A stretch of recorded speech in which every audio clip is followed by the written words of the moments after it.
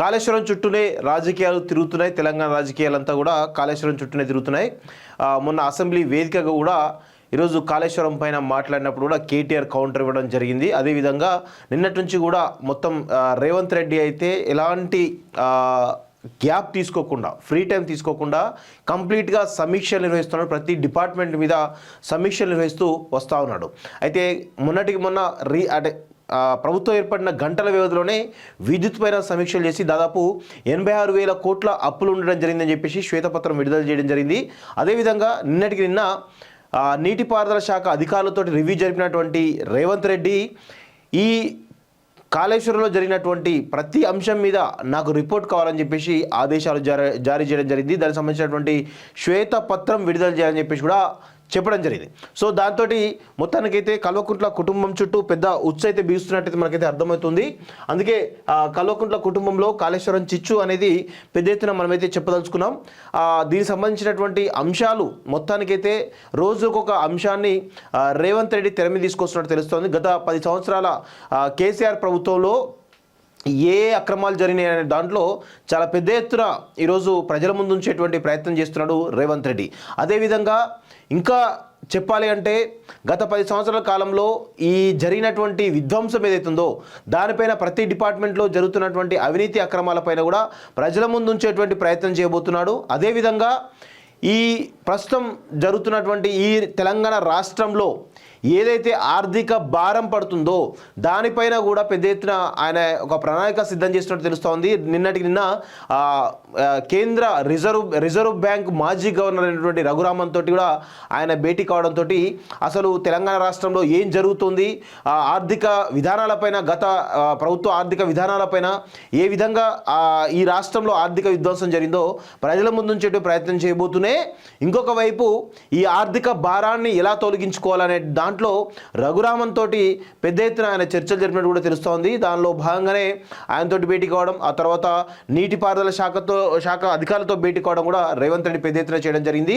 అదే కోణంలో చూసినట్లయితే ఇక నాకు తెలిసి అయితే ఖర్చులు ఇబ్బడిగా ఏది లగ్జరీగా పెట్టేటువంటి ఖర్చులు ఏవైతే ఉన్నాయో వాటన్నిటిని కూడా తగ్గించుకునేటువంటి ప్రయత్నం కూడా రేవంత్ రెడ్డి చేయబోతున్నాడు. ఇటు తనతో పాటు మంత్రులు కావచ్చు, మిగతా అధికారులు కావచ్చు, లేదంటే మిగతా విషయాలు ఏవైతే ఉన్నాయో వాటన్నింటిలో కూడా పెద్ద ఎత్తున ఖర్చు ఎక్కడైతే పెడుతున్నారో లగ్జరీ బడ్జెట్ ఏదో దాన్ని మొత్తం కూడా తగ్గించేసి అవన్నీ కూడా ఆర్థిక భారం పడకుండా కొంత వెసులుబాటు కల్పించే విధంగా ఆయన ప్రయత్నాలు ఉండబోతున్నాయన్నట్టుగా మనకైతే క్లియర్గా తెలుస్తోంది. ఒకసారి మార్నింగ్ న్యూస్లో దిశ పేపర్లో ఏముందో ఈ కాళేశ్వరం పైన ఏం జరుగుతుందో ఒకసారి చూసేటువంటి ప్రయత్నం చేద్దాం మిత్రులారా. ఇగో మేడిగడ్డ ఎందుకు కుంగింది, అధికారులకు సీఎం రేవంత్ రెడ్డి ఆదేశం.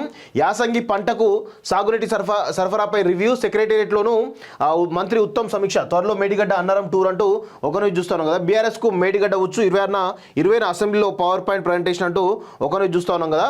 సో మొత్తానికైతే దీనికి సంబంధించి పెద్ద ఎత్తున ఈ ఏదైతే కేసీఆర్ గతంలో ఈ కాళేశ్వరం పైన పవర్ పాయింట్ ప్రజెంటేషన్ ఇవ్వడం జరిగిందో సేమ్ అదే కోణంలో పవర్ పాయింట్ ప్రజెంటేషన్ తోటి ఈరోజు బీఆర్ఎస్ ఎమ్మెల్యేలు కావచ్చు, లేకపోతే కేటీఆర్ కావచ్చు, హరీష్ రావు కళ్ళు తెరిపించే ప్రయత్నం చేయబోతున్నది మనకైతే క్లియర్గా తెలుస్తోంది. మేడిగడ్డ బ్యారేజ్ ఎందుకు కుంగిందనే విషయంపై పూర్తి నివేదిక ఇవ్వాలని అధికారులను సీఎం రేవంత్ రెడ్డి ఆదేశించారు.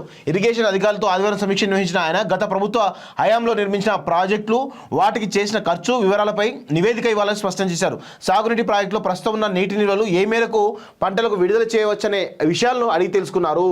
మేడిగడ్డ బ్యారేజ్ ఎందుకు డ్యామేజ్ అయింది, పిల్లలకు పగుళ్లు ఎలా వచ్చాయి, భూమిలోకి ఎందుకు కుంగిపోయింది అనే అంశాలపై పూర్తి వివరాలను ఇవ్వాలని సీఎం రేవంత్ రెడ్డి అధికారులు ఆదేశించారు. బ్యారేజ్ సంబంధించిన వివరాలని అందజేయాలని పేర్కొన్నారు. మేడిగడ్డ బ్యారేజ్పై సిట్టింగ్ జడ్జి నేతృత్వంలో దర్యాప్తు జరిపిస్తామని శాసనమండలిలో శనివారం సీఎం స్పష్టమైన ప్రకటన చేశారు. ఆదివారం తన నివాసంలో ఇరిగేషన్ అధికారులతో రివ్యూ మీటింగ్ నిర్వహించారు. గత ప్రభుత్వ హయాంలో నిర్మించిన ప్రాజెక్టులు, వాటికి చేసిన ఖర్చు వివరాలను అందించాలన్నారు. యాసంగి పంటకు సాగునీటిని అందించే విషయం మీద కూడా అధికారులకు సీఎం క్లారిటీ ఇచ్చారు. రాష్ట్రంలోని సాగునీటి ప్రాజెక్టులో ప్రస్తుతం ఉన్న నీటి నిల్వలు ఏ మేరకు పంటలకు విడుదల చేయవచ్చో అధికారులు అడిగి తెలుసుకున్నారు. పొరుగు రాష్ట్రాలతో ఉన్న జల వివాదాల తాజా స్టేటస్ పైన ఆరా తీసిన సీఎం ట్రిబ్యునల్ న్యాయస్థానాల్లో జరుగుతున్న విచారణ గురించి అడిగి తెలుసుకున్నారు. వాటికి స్వత్వర పరిష్కారం లభించేలా అవసరమైన చర్యలు తీసుకోవాలని స్పష్టం చేశారు. మేడిగడ్డతో పాటు గత ప్రభుత్వం నిర్మించిన సాగునీటి ప్రాజెక్టుల వివరాలన్నింటినీ కోరినందున వీలైనంత తొందరగా సమర్పించాలని అధికారులు ఆదేశించారు. కాగా మేడిగడ్డ పిల్లలు కుంగిపోవడంపై అనేక అనుమానాలు ఉన్నాయని శాసనమండలిలో ప్రస్తావించిన సీఎం దర్యాప్తు జరిపించి నివేదిక అనుగుణంగా కాంట్రాక్ట్ ఇచ్చిన వారిని తీసుకున్న వారిని సంబంధిత శాఖ మంత్రులు చట్టపరంగా శిక్షిస్తామన్నారు. ఈ ప్రకటన చేసిన గంటల వ్యవధిలోనే సాగునీటి పారుదల శాఖ అధికారులతో మేడిగడ్డ బ్యారేజ్ డ్యామేజ్ పై సమావేశం నిర్వహించడం ప్రాధాన్యతను సంతరించుకుంది. సెక్రటరీలో మంత్రి ఉత్తమ్ కుమార్ రెడ్డి సమీక్ష అట. ఇక ఉత్తమ్ కుమార్ రెడ్డి సమీక్ష అన్నాడు అంటే మరి అది నిజంగా చేస్తారా, లేదంటే ఇక గతంలో ఏ విధంగానైతే లాలూచి రాజకీయాలు చేసిరో మళ్ళీ అవే కొనసాగుతాయా అనేది కూడా చూడాల్సినటువంటి అవసరం అయితే ఉన్నట్టు మనకైతే తెలుస్తోంది. ఇక ప్రజాప్రతినిధులు కూడా దాదాపు ఈ మేడిగడ్డ దగ్గరికి తీసుకెళ్లి ఈ కాళేశ్వరంలో జరిగినటువంటి ఏదైతే లోటుపాట్లు ఏవైతే ఉన్నాయో వాటన్నింటినీ కూడా ప్రజాప్రతినిధులకు తెలుపుతూనే ప్రజలకు వివరించేటువంటి ప్రయత్నం చేయబోతున్నాడు ఎవరు, రేవంత్ రెడ్డి. అయితే ఇక్కడ ఏమంటారు, మేడిగడ్డ సందర్శన కోసం ఎమ్మెల్యేలు ఎమ్మెల్సీలను తీసుకెళ్తారని సీఎం రేవంత్ శాసనమండలిలో ప్రకటన చేయగానే బీఆర్ఎస్ ఎమ్మెల్సీ కల్వకుంట్ల కవిత అభ్యంతరం వ్యక్తం చేశారు. డ్యామేజ్ని నిర్ధారించాల్సింది ప్రజాప్రతినిధులు కాదని నిపుణుల కమిటీ అని వ్యాఖ్యానించారు. ప్రజాప్రతినిధులు తీసుకెళ్ళడానికి అది పర్యాటక ప్రాంతం కాదని అన్నారు. నిజంగా కూడా కవిత గారు ఆలోచించాలి. గతంలో కేసీఆర్ కాళేశ్వరం ప్రాజెక్ట్ని పర్యాటక కేంద్రంగా కూడా చేయొచ్చు ప్రజలందరూ కూడా తీసుకెళ్ళాలి, ప్రజలందరూ రావాలని చెప్పడం జరిగింది.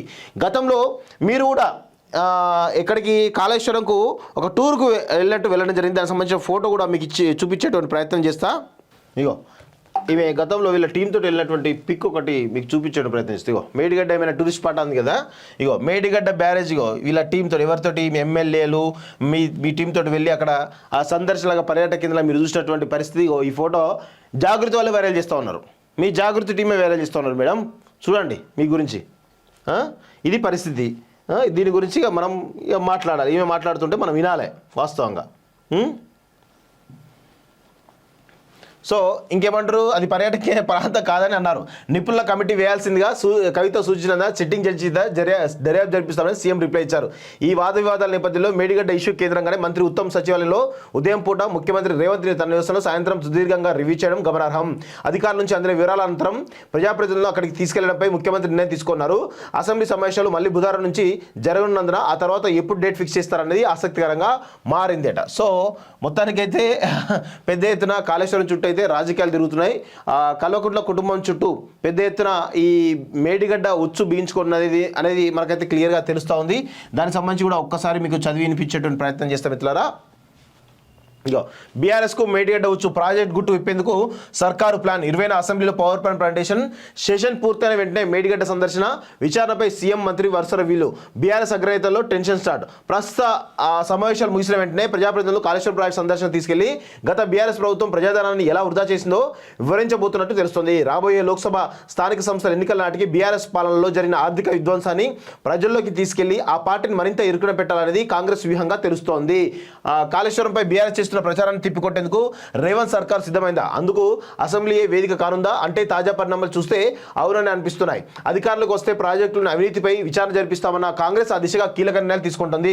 నీటిపారుదల శాఖ మంత్రిగా బాధ్యత స్వీకరించిన ఉత్తమ్ కుమార్ రెడ్డి ఆ శాఖ ఉన్నతాధికారులతో నిర్వహించిన తొలి సమీక్షలోనే మేడిగడ్డ సందర్శనకు వెళ్తానని స్పష్టం చేయగా తాజాగా ఆదివారం మరోసారి అధికారులతో సమావేశమయ్యారు. పూర్తి వివరాలు ఇవ్వాలని అధికారులను ఆదేశించారు.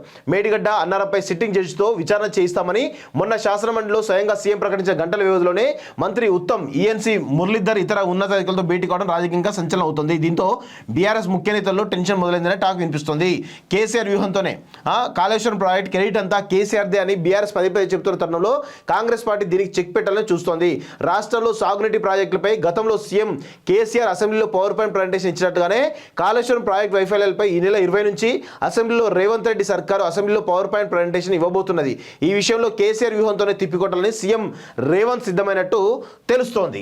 సో ఇక వాస్తవానికి ఇక ఈ మేడిగడ్డకు సంబంధించి కనుక ఒకవేళ బీఆర్ఎస్ ఎమ్మెల్యేలు కానీ మిగతా ఎమ్మెల్యేలు కానీ వెళ్తే కనుక ఖచ్చితంగా కేసీఆర్ ఈ కాళేశ్వరం పైన చేసినటువంటి అవినీతి అక్రమాలు కావచ్చు, లేదంటే కేసీఆర్ ప్రజలకు చూపించినటువంటి భూతల స్వర్గం ఏతుందో ఇదంతా కూడా ప్రజల ముందు ఉంచేటువంటి ప్రయత్నం చేయబోతున్నాడు రేవంత్ రెడ్డి. చాలా వ్యూహాత్మకంగా పోతున్నట్లయితే మనకైతే క్లియర్గా తెలుస్తూ ఉంది మిత్రులారా. సో అంత ఈజీగా లేదు అనేది మనకైతే స్పష్టంగా అర్థమవుతుంది. క్లియర్గా ఒకవేళ ప్రజాప్రతినిధులను కనుక తీసుకెళ్తే కనుక ఖచ్చితంగా ఈ కేసీఆర్ ఈ 10 సంవత్సరాలుగా ప్రజల్ని మబ్బు పెడుతున్నటువంటి కాళేశ్వరం అంటే ఒక భూతల స్వర్గం అవుతుందో అదంతా కూడా స్వర్గం కాదు, అది తెలంగాణ ప్రజల మెడకు పట్టినటువంటి ఒక పీడ అనేది స్పష్టంగా ఈరోజు చెప్పదలుచుకున్నా అనేది మనకైతే క్లియర్గా అర్థమవుతుంది. వాస్తవంగా చెప్పాలి కూడా. ఇంకొక విషయం, నేను రేవంత్ రెడ్డి గారికి ఈ సందర్భంగా నేను ఒక విషయం తెలియజేసుకున్నాను. దీనికి మీరు ఇంకా ఈ ఏదైతే సాగునీటి పారుదల సంబంధించినటువంటి ఎక్స్పర్ట్స్ ఎవరైతే ఉన్నారో గత 10 సంవత్సరాలుగా అంటే 2016-17 నుంచి కూడా ఈ ప్రాజెక్ట్ పైన అనుమానాలు వ్యక్తం చేస్తూ ప్రజల్లో చైతన్యం కల్పించే చాలామంది వ్యక్తులు నిపుణులున్నారు. వాళ్ళందరినీ కూడా తీసుకుపోవాల్సిందిగా నేనైతే కోరుతా ఉన్నాను మిత్రుల, నేనైతే కోరుతా ఉన్నాను రేవంత్ రెడ్డి గారిని. వాళ్ళని కూడా తీసుకుపోవాలి వాస్తవంగా.